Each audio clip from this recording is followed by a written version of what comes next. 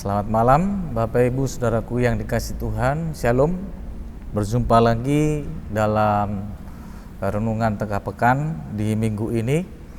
Dan saya akan menyampaikan sebuah tema penting untuk kita praktekkan bersama, yaitu murah hati.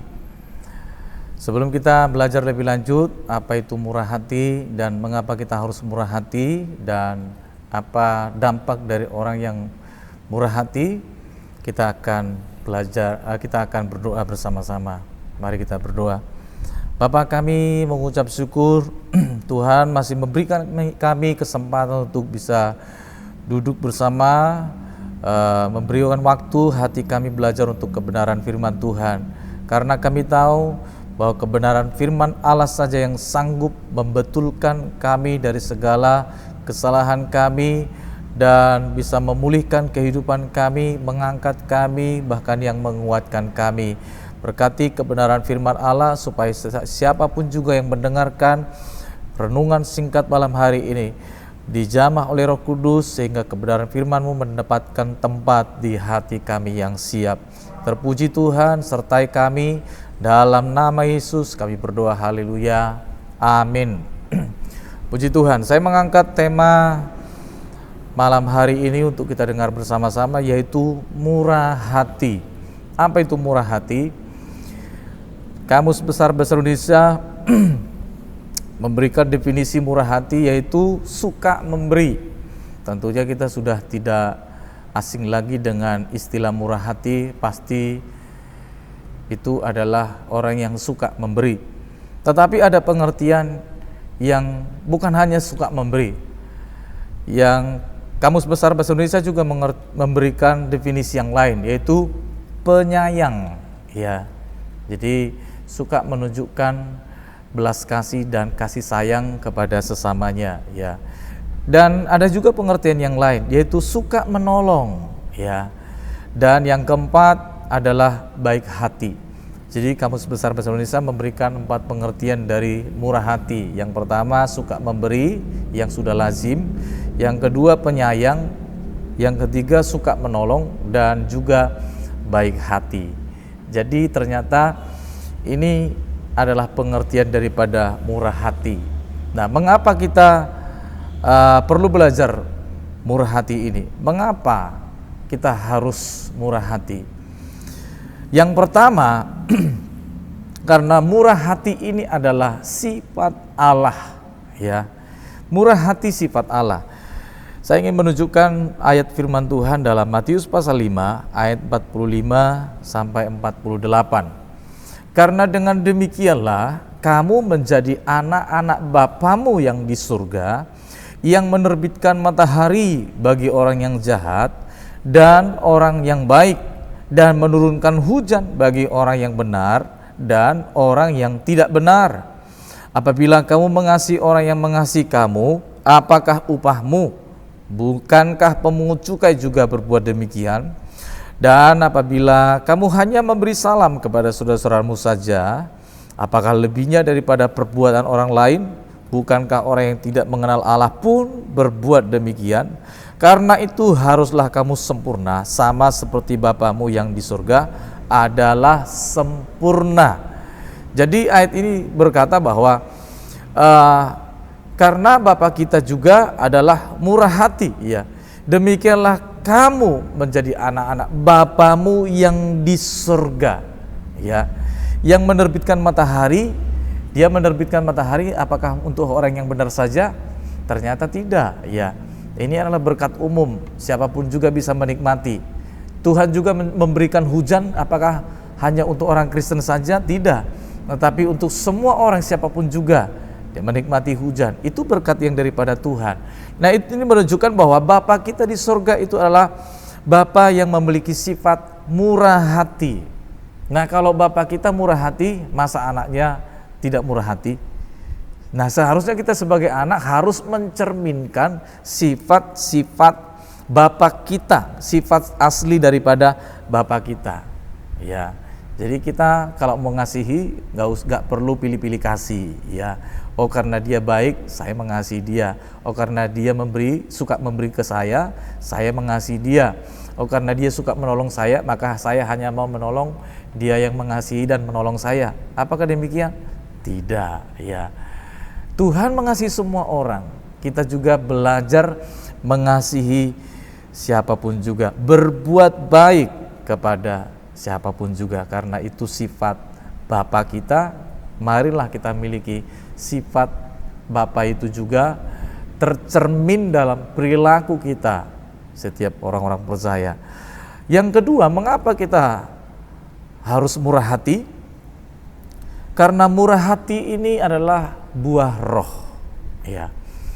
Kita memiliki Roh Kudus, maka Roh Kudus dalam diri kita itu akan melahirkan, akan menghasilkan buah roh.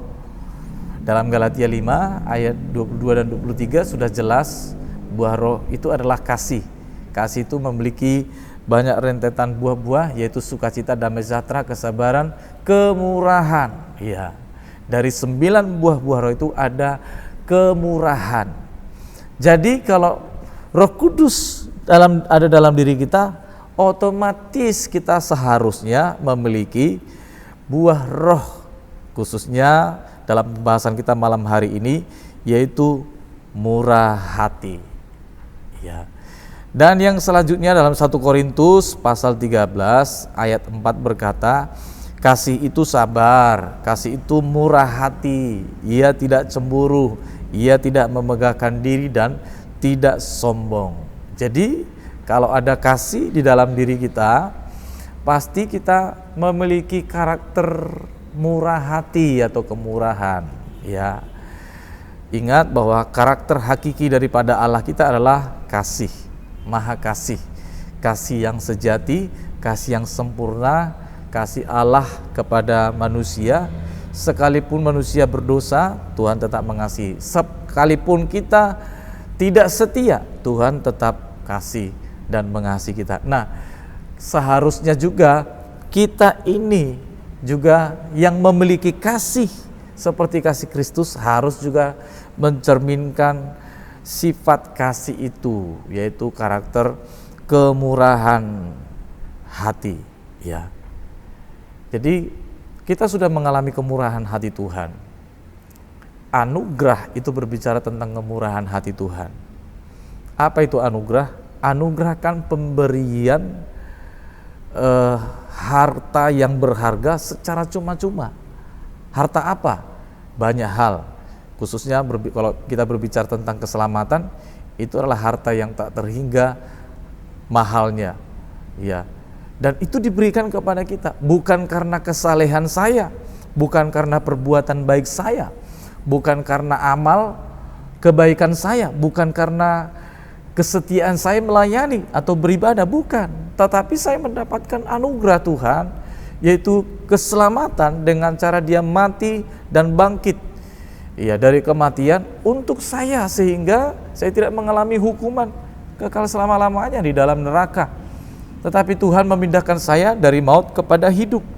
Jadi kalau Yesus rela mati untuk saya, apakah itu bukan karena itu menunjukkan karakter hakiki Tuhan sebagai pribadi yang murah hati?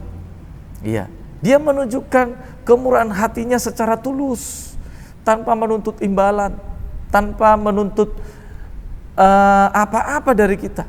Bahkan Allah sudah mati bagi kita ketika kita masih berdosa. Ketika kita menyatakan diri kita itu sebagai musuh Allah, kita menyatakan diri kita ini sebagai lawannya Allah.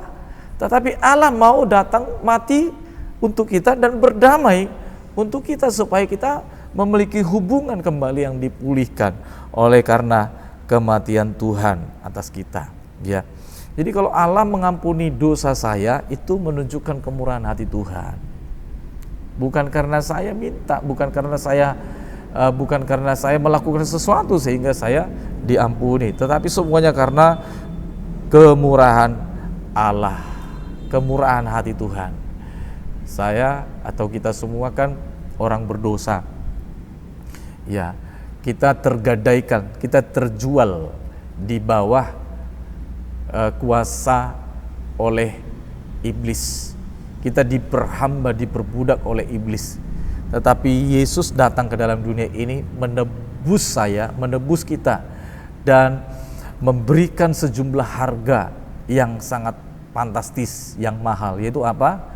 Dengan darahnya yang kudus ditumpahkan, dicurahkan di kayu salib, dia mati. Supaya apa? Saya diangkat jadi anak. Derajat dan status saya yang dulu bukan apa-apa, bukan siapa-siapa, ya, dan diangkat sekarang menjadi apa-apa, menjadi siapa? Menjadi anak Allah. Bahkan bukan hanya itu, saya diberikan hak untuk mewarisi hartanya Bapa saya di dalam kerajaan surga. Jadi semuanya karena kemurahan hati Tuhan, karena kemurahan hati Tuhan. Nah, kita melihat ada satu tokoh di dalam perjanjian lama yang bisa mempraktekkan kemurahan hati ini, yaitu Daud. Ya. Daud seorang yang murah hati. Dari mana kita lihat? Saya akan membacakan 2 Samuel pasal 9. 2 Samuel pasal 9 ayat 7 sampai ayat 9. Kemudian berkatalah Daud kepadanya. Kepada siapa? Ini kepada Mephiboset. Mephiboset itu adalah cucunya Raja Saul, ya. Jangan takut, sebab aku pasti akan menunjukkan kasihku kepadamu oleh karena Yonatan ayahmu. Aku akan mengembalikan kepadamu segala ladang Saul nenekmu, dan engkau akan tetap makan sehidangan dengan aku. Lalu sujudlah Mephiboset dan berkata, apakah hambamu ini sehingga engkau menghiraukan anjing mati seperti aku? Lalu raja memanggil Siba, hamba Saul itu, dan berkata kepadanya, segala sesuatu yang adalah milik Saul dan milik seluruh keluarganya, kuberikan kepada cucu tuanmu itu. Saudara, Daud itu memiliki musuh, ya, dimusuhi oleh Saul, karena Saul iri hati, karena dia tahu bahwa Daud itu sudah dipersiapkan, sudah dia perkirakan dia punya potensi untuk menggantikannya jadi raja. Maka dia sangat iri hati dan hatinya penuh dengan dendam, mencoba membunuh dia beberapa kali tetapi gagal. Bahkan bukan hanya dia, serdadu-serdadunya pun masuk keluar hutan, masuk keluar padang gurun, masuk keluar gua untuk mencoba membunuh Daud. Hidupnya Daud banyak dikejar-kejar oleh Saul karena Saul sangat dendam, Saul sangat iri hati kepada Daud. Tetapi ketika Saul mati di medan pertempuran, dia gugur di medan peperangan, datang berita kepada dia, Daud tidak malah menunjukkan wajah yang senang. Ternyata Daud ini tidak senang dengan kematian musuhnya, yaitu Saul. Tetapi dia justru malah berkabung, berhari-hari menangisi Saul yang adalah rajanya pada waktu itu, dan juga Yonatan sahabatnya. Dan pada waktu Daud resmi diangkat duduk di tampuk pemerintahan sebagai raja memimpin bangsa Israel pada waktu itu, justru dia mencoba mencarikan, adakah mungkin keturunan keluarga raja, ya, yang supaya kalau ada, aku hendak ingin menunjukkan belas kasihku kepadanya oleh karena Yonatan, ya, ayahnya, dan juga karena Saul. Dan ternyata ada dari keluarganya yang bernama Mephiboset. Mephiboset ini cacat, ya, lumpuh, dan kalau dilihat tidak ada sesuatu yang sebetulnya secara lahiriah, tidak ada sesuatu yang diharapkan, yang diharapkan jasa daripada Mephiboset untuk diandalkan oleh istana kerajaan waktu Daud memerintah. Tetapi Daud berkata, aku akan menunjukkan belas kasihku kepadanya oleh karena keluarga Saul, ya, oleh karena nenek moyangnya Saul, dan aku akan mengampuninya, tidak akan membunuh cucu Saul. Mephiboset takut memang ketika datang ke istana Daud. Dia kira dia dipanggil hendak dibunuh, dihabisi, karena dalam sejarah raja-raja Israel, saya pikir bukan hanya sejarah raja-raja Israel, sejarah raja-raja banyak di dunia ini, sekiranya ada keluarga dari kerajaan yang dulu pernah dikudeta, itu menjadi ancaman besar. Itu sebabnya keluarga raja-raja yang menjadi ancaman untuk tahta dia itu selalu dihabisi. Iya. Anak-anaknya, cucunya, bahkan saudara-saudaranya, keluarganya ada talian kekerabatan atau persaudaraan dengan raja yang terdahulu itu dimusnahkan, dihabisi. Kenapa? Supaya tahtanya aman. Tetapi Daud tidak demikian. Justru ia ingin menunjukkan belas kasihnya, tidak membunuh. Ya, tetapi mengampuni Saul melalui dia menunjukkan belas kasihnya kepada cucunya yang cacat itu. Dan juga bukan hanya itu, tetapi menjadikan anak angkatnya raja. Saudara bayangkan, ya. Dan bahkan bukan hanya itu, makan sehidangan dengan raja, ya. Bahkan lebih daripada itu, Daud berjanji akan memberikan harta warisan yang ditinggalkan oleh nenek moyangnya Saul. Apakah itu dalam bentuk barang atau tanah atau apa saja, dikembalikan kepada cucunya Mephiboset. Ini luar biasa. Ini bentuk kemurahan hati seorang Daud yang perlu kita teladani. Dan sebetulnya ini adalah gambaran antara kita di hadapan Tuhan. Sebetulnya kita ini tidak ada apa-apanya di hadapan Tuhan. Ya, kita ini seharusnya kita dimurkai karena dosa. Seharusnya kita layak mendapatkan hukuman maut, kematian kekal selama-lamanya. Tetapi ketika kita berdosa, ketika kita salah, ketika kita ini melanggar hukum Tuhan, Tuhan justru datang mengasihi kita, menebus kita, membeli kita, bahkan mengangkat kita jadi anaknya dan memberikan hak mewarisi kerajaannya di surga selama-lamanya. Bagaimana dengan kita? Di dalam perjanjian baru ada juga satu contoh yang diberikan oleh Tuhan Yesus melalui sebuah perumpamaan, yaitu seorang Samaria yang murah hati. Itu terdapat dalam Lukas pasal 10. Di situ Tuhan Yesus mengisahkan tentang ada seorang yang setelah dirampok habis-habisan, maka dia dipukuli dan dibiarkan tergeletak setengah mati di tepi jalan. Tiba-tiba adalah seorang imam lewat, dia hanya melewati dan mengambil jalan pintas, melewatinya saja. Setelah itu beberapa saat kemudian ada seorang Lewi, tetapi melewati juga, membiarkan orang yang dirampok dan dipukul habis-habisan tergeletak semaput pingsan setengah mati di tepi jalan. Tetapi ada pribadi yang ketiga. Yesus mengatakan dia adalah seorang Samaria. Dan seorang Samaria pada waktu zaman Tuhan Yesus memiliki hubungan yang tidak harmonis dengan orang Yahudi. Orang Samaria ini dianggap musuh bebuyutan, ya, tidak akur. Jadi mereka saling membenci. Kalau ketemu di jalan tidak sapa menyapa, ya. Dan orang Samaria bagi orang Israel dianggap memiliki kasta rendah bagi mereka, ya, sangat dibenci. Tetapi Yesus memberitahukan bahwa ternyata ketika orang Lewi lewat dibiarkan, ya, imam lewat dibiarkan, tetapi orang Samaria ini yang musuhnya orang Yahudi, orang Israel ini datang melihat.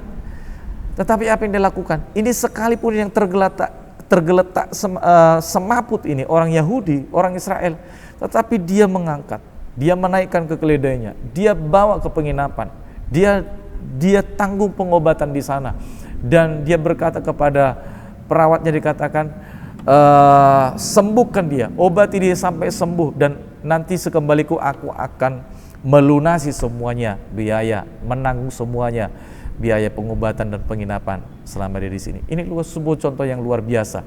Ini adalah bentuk kemurahan hati. Artinya Tuhan Yesus mengajarkan kepada kita, mari kalau mengasihi dan menunjukkan kemurahan hati kepada orang dekat dengan kita, mungkin tidak perlu berpikir panjang.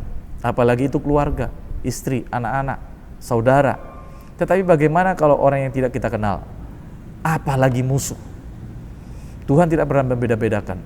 Iya. Tetapi memang kita pertama mempraktekkan dulu, jangan langsung kita keluar sana menunjukkan kemurahan hati kita kepada orang lain, sementara orang yang dekat dengan kita tidak pernah mengetahui atau mengecap kemurahan hati kita. Yang pertama harus kita menunjukkan berkat dari kemurahan hati itu terdampak bagi lingkungan kita dulu, ya, keluarga kita, ya, saudara kita seiman, ya baru mulai lingkungan keluarga kita lebih luas lagi lingkarannya.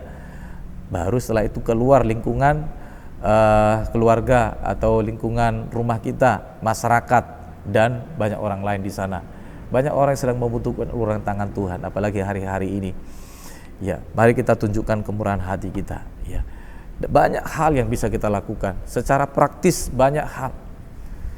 Saya pernah melihat di kota di Surabaya itu ada seorang bapak tua yang setiap hari dia membawa tongkat besi, dan di ujung tongkat besi itu ada magnet, dan dia di pinggir jalan raya menaruh tongkat besi dan magnetnya itu di jalan raya. Untuk apa? Supaya paku-paku atau benda tajam yang ada di pinggir jalan raya itu nempel, ya, nempel di magnetnya, dan setelah itu banyak yang nempel paku dan itu dibuang di sampah. Dia terus berjalan dalam jarak yang cukup panjang dan waktu yang cukup lama. Dan dia melakukannya bukan karena dia dibayar. Dia melakukannya bukan untuk karena cari perhatian supaya disorot media sehingga dia terkenal, tidak. Dia melakukannya bukan karena ada perintah, tetapi dia karena melakukannya karena kepedulian, ya. Karena kepedulian. Dia merasa kalau nanti sampai ada korban sepeda motor atau mobil, ya, yang kena paku itu, dia bisa merasakan perasaan orang yang naik kendaraan itu, ya harus ganti ban atau mungkin nambal ban lagi. Itu sebabnya dia melakukannya, karena dia peduli dengan sisi kemanusiaan.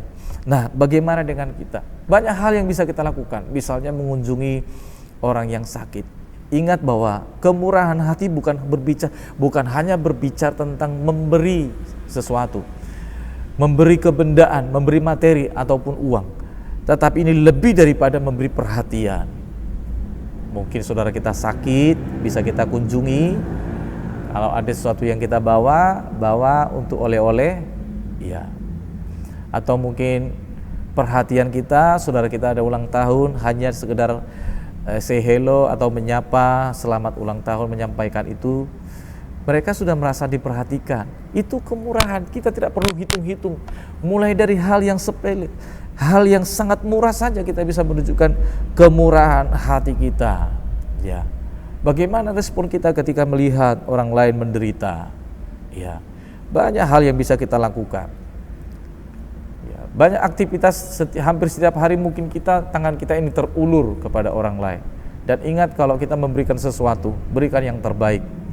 Misalnya kalau ada orang yang membutuhkan barang, jangan memberikan barang yang paling buruk, paling jelek. Kalau masih bisa, yang masih bagus, kita berikan dengan tulus.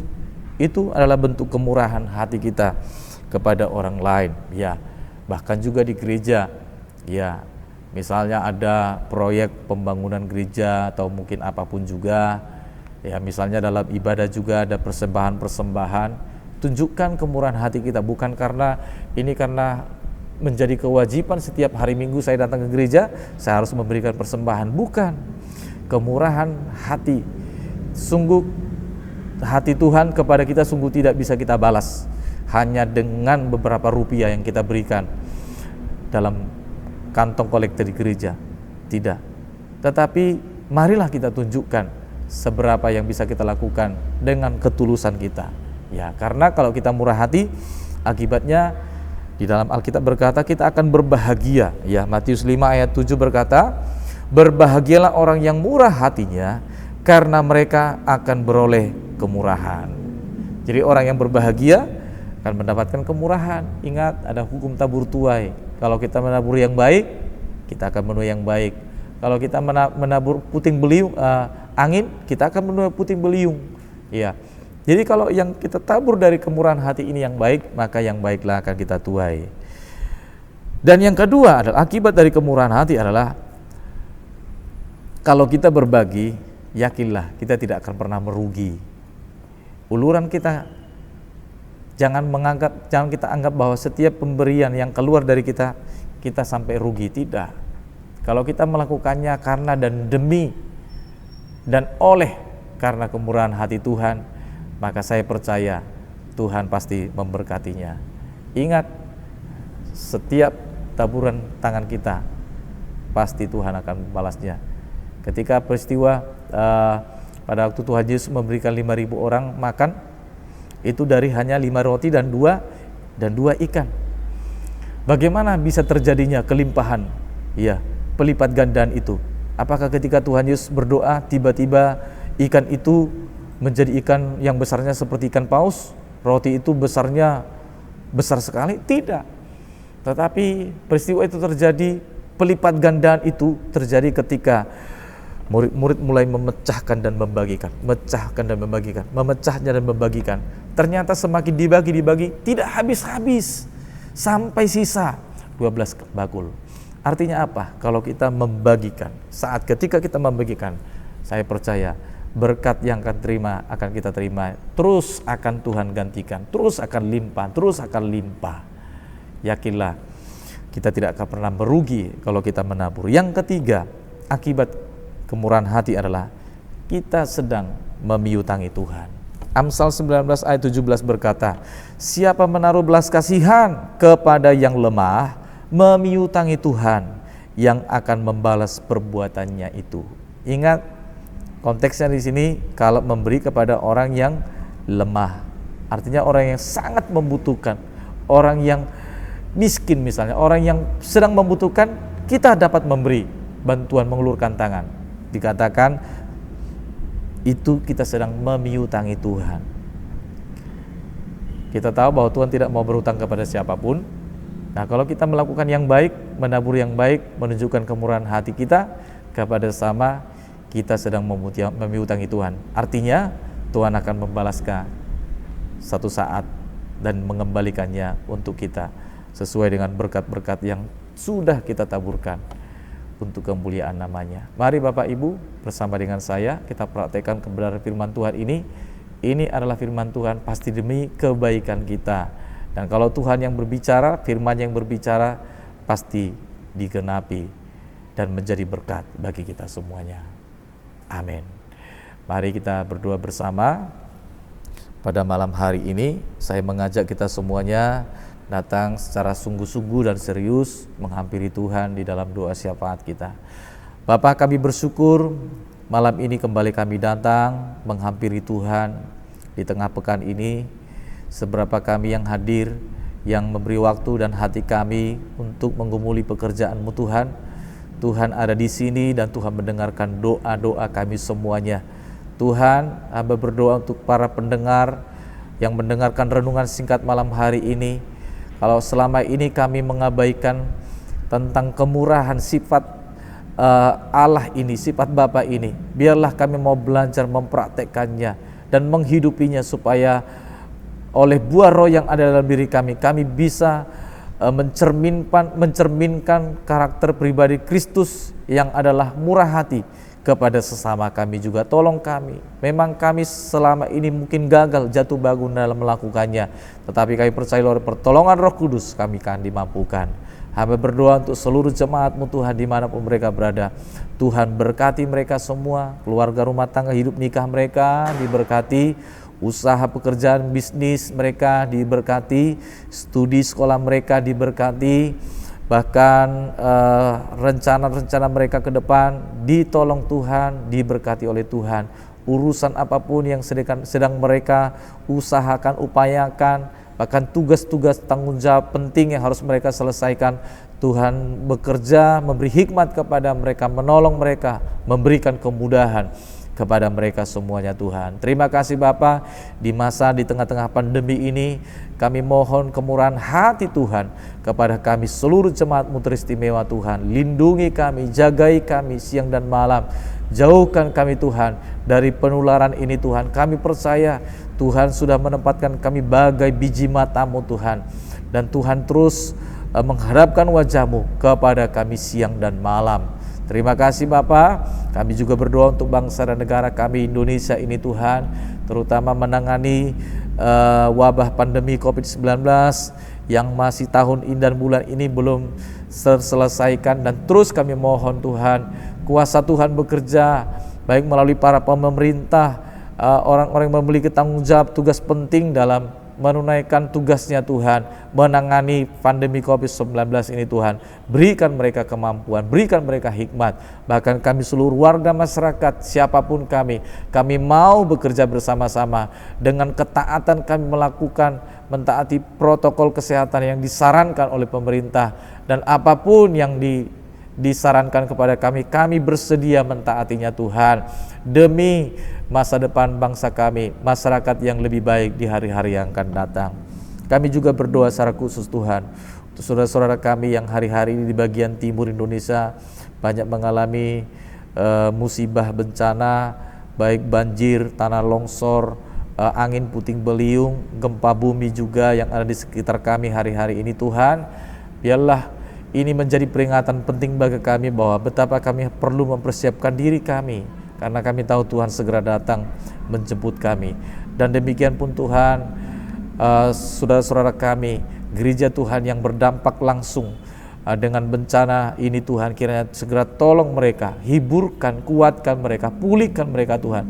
Kami percaya Tuhan sanggup memulihkan hidup mereka Tuhan dengan cara Allah yang ajaib. Kuatkan mereka, jangan biarkan mereka ada di antara mereka yang dengan kecewa Tuhan oleh karena menghadapi bencana ini, tetapi Tuhan akan tetap makin kuatkan iman mereka di tengah penderitaan, kesulitan, tantangan hidup. Mereka bisa dekat dengan Tuhan dan semakin dekat memandang wajah-Mu yang sanggup memberikan pertolongan tepat pada waktunya. Terima kasih Bapa, kami syukuri semuanya berkat kemurahan hati Tuhan kepada kami, kepada bangsa kami Indonesia ini Tuhan.